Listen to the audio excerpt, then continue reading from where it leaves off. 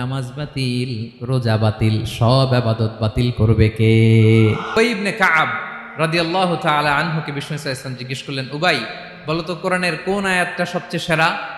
উবাই জানেন, তারপরে বললেন আল্লাহু ওয়া রাসূলুহু আ'লাম, আল্লাহ আল্লাহ রাসূল ভালো জানেন। দেখেন কত বিনয়ী ছিলেন সাহাবারা, জেনে উত্তর দিতে চাইতেন না, ভাবতেন না জানি বিশ্বনবী নতুন কিছু আমাদেরকে জানায়। বিশ্বনবী আবার বললেন, তুমি কি জানো কোরআনের সবচেয়ে শ্রেষ্ঠ আয়াত কোনটা? এবার উবাই ভাবলেন এবার আমি উত্তরটা দিয়েই দেই। তিনি বললেন আয়াতুল কুরসি, আল্লাহু লা ইলাহা ইল্লা হুয়াল হাইয়ুল কাইয়্যুম, এটা শ্রেষ্ঠ আয়াত। বিশ্বনবী খুশি হয়ে উবাই ইবনে কাবের বুকে একটা চাপড় মারলেন, এরকম আদরের চাপড় দিয়ে বললেন, লিয়াহনিকাল ইলমু ইয়া আবুল মুনজির, হে আবুল মুনজির, জ্ঞান এবং প্রজ্ঞা তোমার জন্য মোবারক হোক, তুমি ঠিক বলেছো। সুবহানাল্লাহ পড়ে। তাহলে এই প্রথম ইনফরমেশনটা আজকে জানলাম, কোরআনের সর্বশ্রেষ্ঠ আয়াতের নাম, সবাই বলবেন একসাথে, কোরআনের সর্বশ্রেষ্ঠ আয়াতের নাম